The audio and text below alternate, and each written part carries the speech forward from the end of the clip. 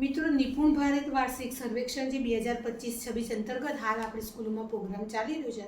આપણે દરેક બાલવાટિકા અને ધોરણ 1-2ના બાળકોનું વાર્ષિક સર્વેક્ષણની કામગીરી હાલ ચાલે છે.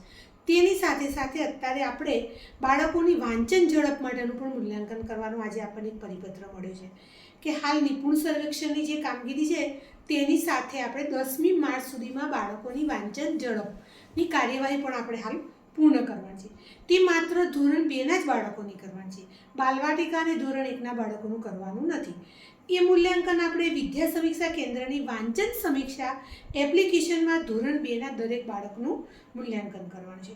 આ બાળકની વાંચન ઝડપની સમીક્ષા એપમાં આપણે કરીશું એટલે એનો બીજો કોઈ ડેટા એન્ટ્રી આપણે કરવાની જરૂર નથી. આ એપ છે તે બધી જ માહિતી આપોઆપ મેળવી લે છે, એટલે એને આપણે બીજી કોઈ જગ્યાએ એન્ટ્રી કરવાની હાલ થતી નથી.